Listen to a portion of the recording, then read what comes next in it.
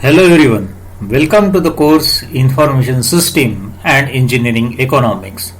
Hope you are watching the lecture series on ISEE and solving the assignment questions regularly.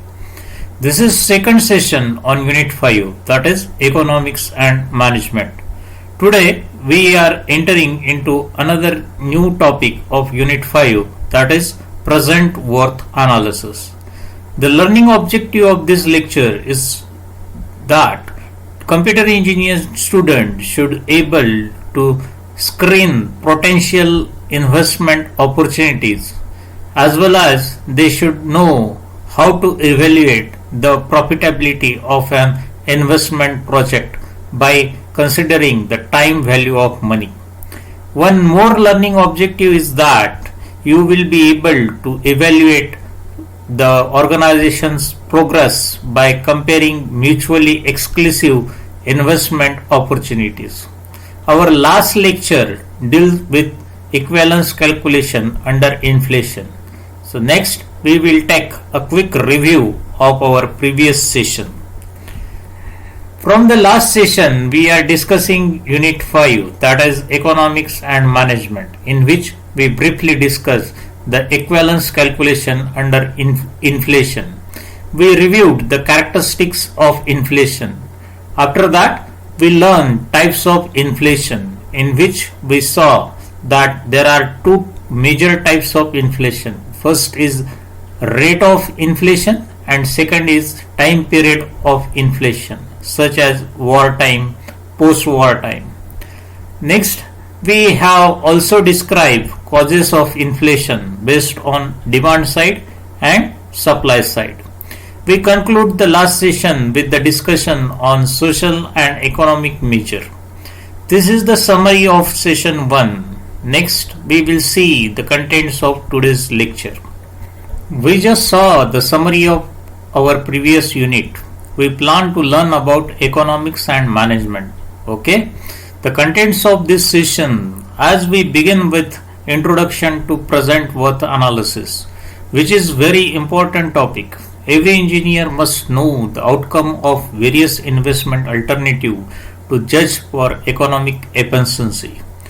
Then we will proceed to learn about net present value, in which you will learn the difference between the present value of cash inflows and present value of cash outflow over a period of time. After that, we will address one important term, and that is probability index. This probability index, abbreviated as PI. Then we will review the term internal rate of return.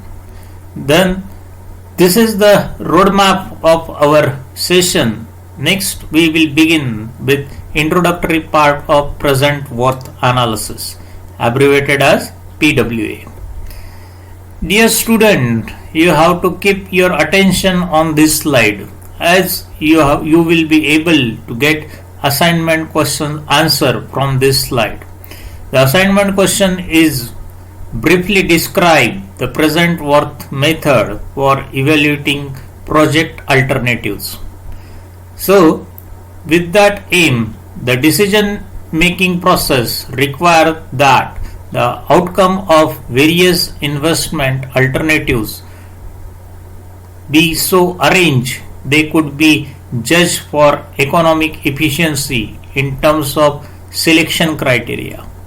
The present worth method is one such tool, along with present value and net present value, that enable the comparison of investment alternatives. In the present worth method, a future amount of money is converted to its equivalent value. The present worth is always less than the actual cash flow, because interest rate always has a value greater than 0.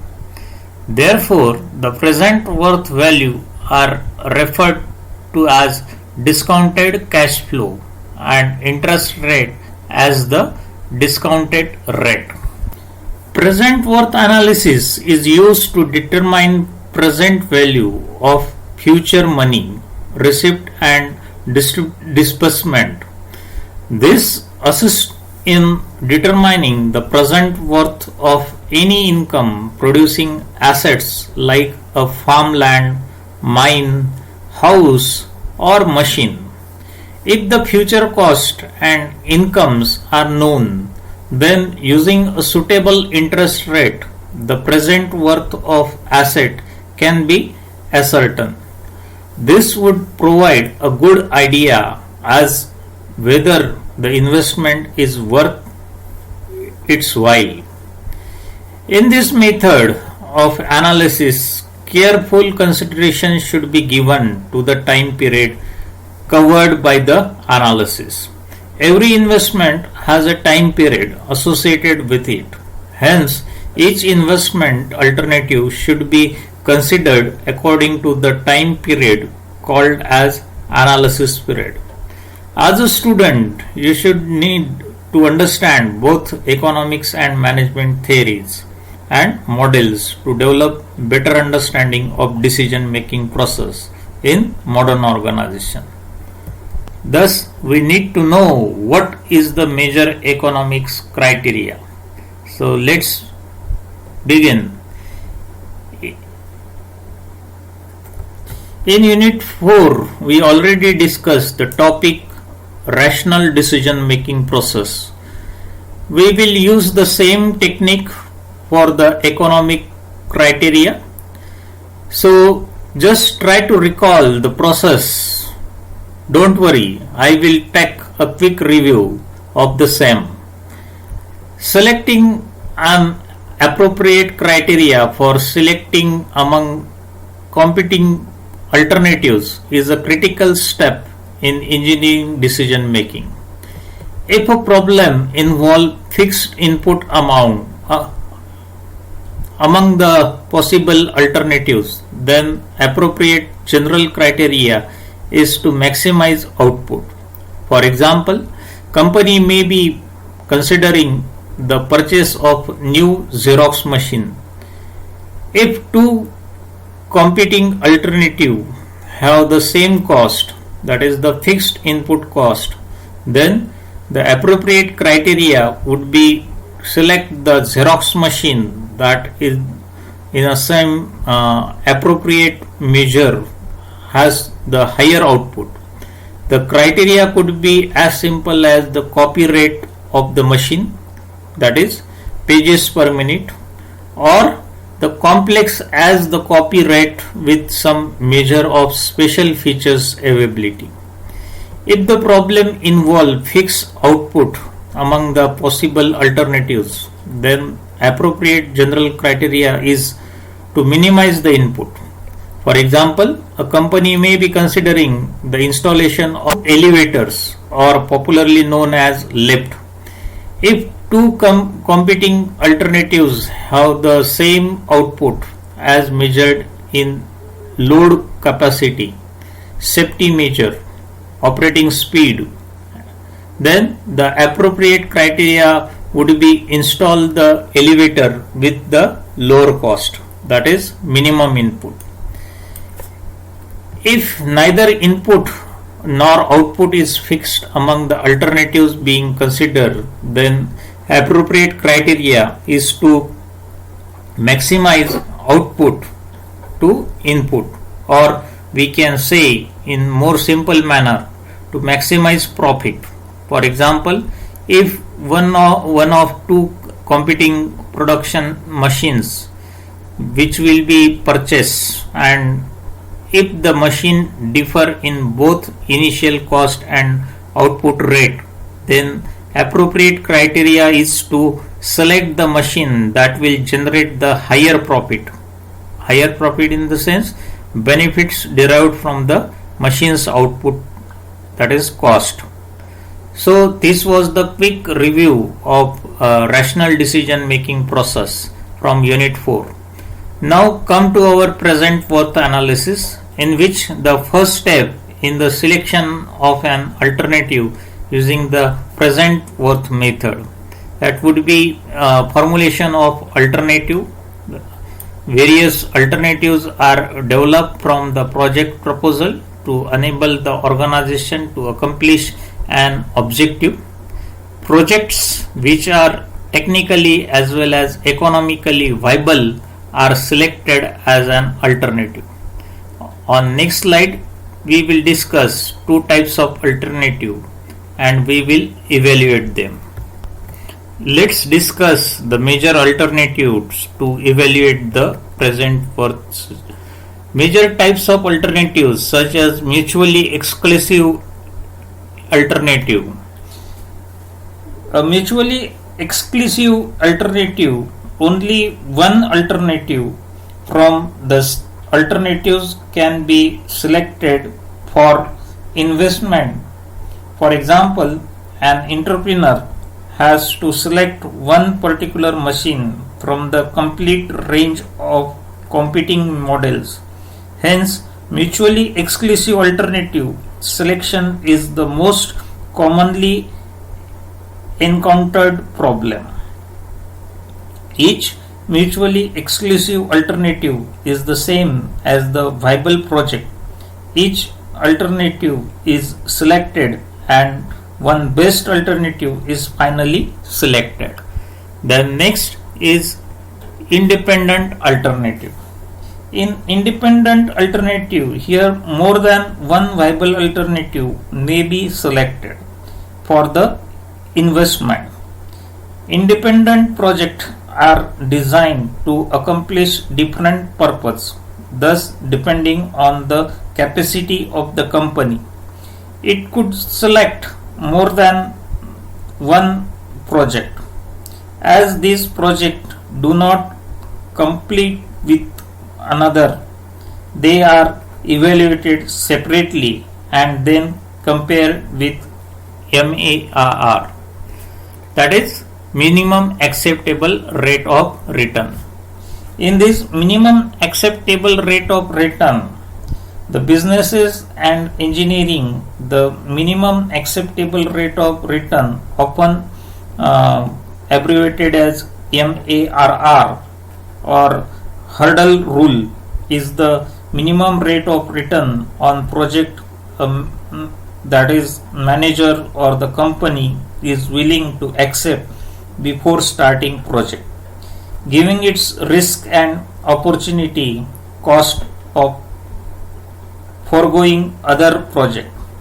For example, suppose a manager know that investing in a conservative project such as bond investment or another project with risk that yield known as rate of return. So these are the certain alternatives to evaluate the present worth system. Next, we will learn about cash flows. Cash flows need to be classified as revenue cash flow and cost cash flows. The revenue cash flow, that is a cash flow in which each alternative generate cost and revenue cash flow estimate and possible savings. Savings are also be treated as revenue. The revenue generated by every alternative is different. After that, there will be a cost cash flow. What exactly this cost cash flow? Each alternative has certain cost cash flow estimate which are usually mandatory in nature. Here, the revenue generated by the alternatives is considered to be same. Then, present worth analysis of equivalent life alternative. In all the future cash flows are converted to their present equivalent monetary. The value of this convertible to equivalent present value, that makes it possible to compare the economic advantage of one alternative over other. Equal life alternatives are used in many circumstances. For example, the same period of time. The present worth analysis of such alternative is very simple. For mutually exclusive alternative, in which when there is only one alternative, the value of P is calculating at MARR. When P is greater than 0, the project is considered to be economically viable. When there are more than one alternative, calculated the value of P of each alternative at MARR and select that alternative with the highest value. So this is about the cash flow. Now to understand clearly the PWA alternative, we will take one example based on PWA. I hope that you understand this problem statement clearly, that a company is considering purchasing of some equipment for its printing unit. Two different manufacturers have provided their quotes. An analysis of their quotes provided the information, such as Mac Enterprises having the cost mentioned over here, the useful life is mentioned, and the salvage value is also mentioned. Similarly, for the Excel Enterprises, the cost, useful life and salvage value is shown in this table. Both the equipment are expected to provide the same output. The rate of interest is 7%. So which equipment should be selected? That is the question we need to solve. It may possible that few students may not know what exactly this term salvage value. So salvage value is nothing but is the book value of an asset after all depreciation has been fully expensed. The salvage value of an asset is based on the company's expect to receive in exchange of selling or parting out the asset at the end of its useful life. If you keenly observe, then this problem will fall into the second economic criteria, that is the fixed output and minimize the input. So for the fixed output criteria, we need to minimize the present worth of the cost. To solve this example, we must know the formula when the situation like single payment present worth. So next we will see what exactly the formula. When the present value P and the future value F is not known but the interest rate and the duration is given, then symbol is present worth PW is equal to P given F, that is the probability of F on P. We know the I is 7% and N is 5%. N is duration is 5 years is given in problem statement. So to calculate the P given F, we know the form present value, that is 1 plus I to the power minus N. As you know that compounding and discounting process are reciprocal of one another, that's why you can observe that there is a minus sign is suffixed to the N. Our problem comes under the domain of discounting process due to the salvage value. So present worth of Mac Enterprises is quoted cost is 15,000 minus salvage value 2,000 into P given F value, which is you need to separately calculate as per the present value, that is 1 plus 0.7 to the power minus 5. We obtained 0.1713, we put that value here and rest of the calculation are much easier. So finally we got the present worth for the Mac Enterprises value is 13,570. So that is the solution for the PWA alternative. Then we will proceed for the accounting rate of return method, that is the APR method. The accounting rate of return ARR method of parallel evaluating capital budgeting project is so named because it parallel the traditional accounting concept of income and investment. A project is evaluated by computing a rate of return on investment using accounting measure of net income. The formula for accounting rate of return is shown here.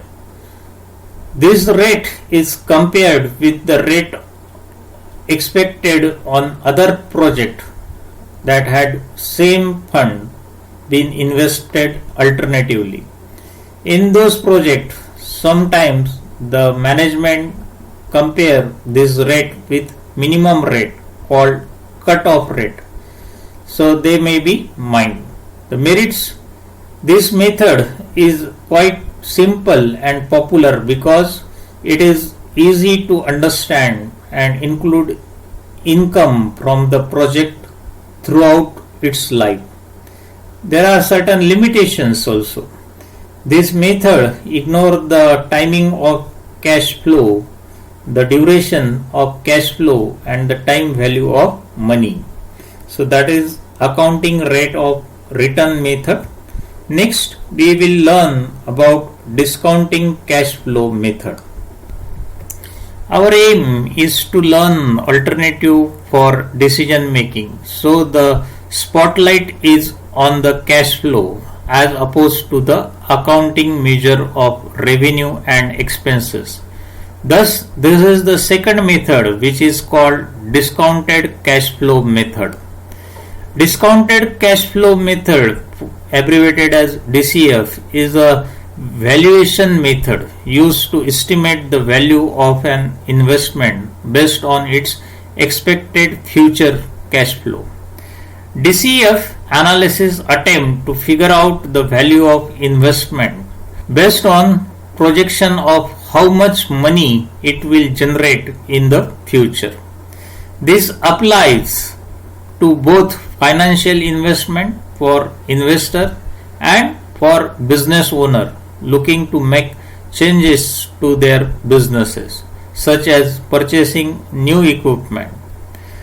Discounted cash flow can be calculated as ratio of cash flow for first year to rate of interest to that year to the power of 1. So similarly we need to add discounted cash flow for the next year and so on as per the time in year before the future cash flow occurs, which is generally mentioned in problem statement. I hope you understand what exactly this DCF. Don't forget that we are discussing about decision making in selection of alternatives, which comes under the present worth analysis. Just now we were seeing the accounting rate of return method. Then we are learning about discounted cash flow method. Next we will see three important methods used in DCF. Discounted cash flow refers to the fact that all the projected cash inflows and outflows for capital budgeting project are discounted to their present value using the appropriate interest rate. These discounted cash flow methods are generally used in capital budgeting. One is called net present value method, that is NPV. The other is called profitability index or desirability factor. And third is internal rate of return. All the three methods focus on timing of cash flow over the entire life of the project. The spotlight is on the cash flow as opposed to accounting measure of the revenue. Let's discuss one by one each cash flow method. So next we will begin with the net present value method. To understand the concept, we must ask ourselves one basic question. What is net present value? So, net present value, that is abbreviated as NPV, is the difference between the present value of cash inflow and the present value of cash outflow over a period of time. NPV is used in capital budgeting and investment planning to analyze the profitability of a projected investment or project. Under this method, all cash inflows and cash outflows are discounted at a minimum acceptable rate of return, usually the firm's cost of capital. If the present value of the cash inflows is greater than the present value of the cash outflow, the project is acceptable, that is NPV is greater than 0, accepted, and when NPV is less than 0, then it is rejected. In other words, a positive NPV means the project earns a rate of return higher than the firm cost of capital. It can be calculated as net present value is equal to net investment. From that, the total discounted cash inflows was deducted. If net present value is greater than 0, then project is feasible and vice versa. It is time to see the merits and limitations of NPV. We will begin with merit. The first merit is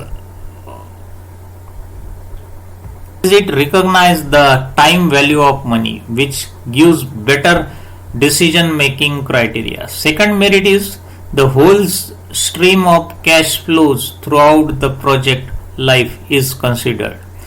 That is the certain merits of this method. Now we will see certain limitations. Limitation is that this method may not give satisfactory result in case of project having different effective lives. There are certain other limitations of the net present value method. By considering these merits and limitation of this method, you will be able to use this method for the selection of better alternative decision making for the present worth analysis. Now we will proceed to learn one more method, that is desirable factor, also called as profitability index. The NPV of a project is a function of discount rate that we had just seen, in which the timing of the cash flow and the size of the cash flow. Other things we observed that being equal large investment proposals yield larger net present value. But the logic tells cash flow of the larger machine are merely a multiple of the cash flow of the smaller machine. So there is a need to adjust the size of the cash flow to cope up with such situation. We must understand the concept of profitability index. The profitability index, alternatively referred as desirability factor or the value of investment ratio VIR, also called as profit investment ratio PIR, that describe an index that represent the relationship between the cost and benefits of the proposed project. It is calculated as the ratio between the present value of the future and the expected cash flow and the initial amount invested in the project. A higher PI means that a project will be considered more attractive. The higher the PI, the more desirable the project in terms of return per rupees of investment. Under capital constraint are and mutually exclusive project, only those with the higher PIs should be undertaken. When limited capital is available and projects are mutually exclusive, the project with the highest profitability index is to be accepted, as it indicates the project with the most productive use of limited capital. The profitability index is also called as the benefit cost ratio for this reason. Now it is time to learn the third method, that is internal rate of return. So next is IRR. IRR is annual rate of growth and investment is expected to generate. The internal rate of return is a metric used in financial analysis to estimate the profitability of potential investment. IRR calculated using the same concept as NPV, except it sets the NPV equal to 0. The internal rate of return is a discount rate that makes the net present value of all cash flow equal to 0 in a discounted cash flow analysis.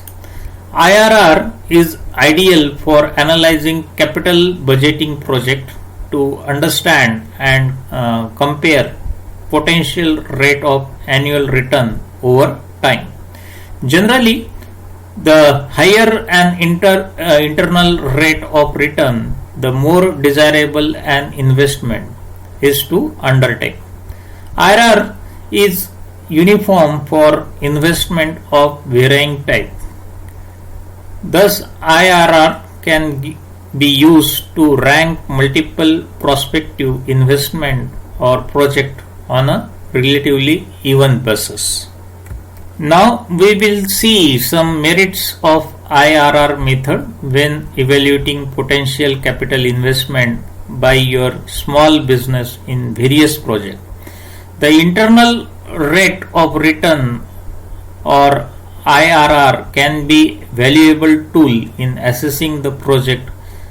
The first advantage is internal rate of return is measured by calculating the interest rate at which the present value of the future cash flow equal to the required capital investment. In short, it is used to find time value of money. Along with this merit, there are few limitations, such as it ignores the size of project. This is the one disadvantage of using IRR method. In other words, we can say it does not account for the project size when comparing project. These are the certain merits and limitations. Next, we will see one more approach for evaluation of the project, which we will be discussed in detail in Unit 6. But right now, as it is one of the alternatives, so we will learn some basic fundamental associated with this method. The payout and payback method, also called the payout method, it is a computationally simple project evaluation approach that has been used for many years. The procedure is to determine how long it takes a project to return the cost of original investment. The payback period refers to the amount of time it takes to recover the cost of an investment. Simply put, the payback period is the length of time an investment reaches a break-even point. The concept of the break-even point we will discuss in detail in Unit 6. The desirability of investment is directly related to its payback period. Shorter payback means more attractive investment, while longer payback period are less desirable. The payback period does not account for what happens after payback and ignoring the overall profitability of an investment. Next, we will see the summary of today's session. We get to know about present worth analysis, in which we learn the importance of careful consideration given to the time period converted by the analysis. We briefly discussed the term cash flow, in which we learn two major types such as revenue cash flow and cost cash flow. We reviewed the alternative methods such as net present value, profitability index, internal rate of return.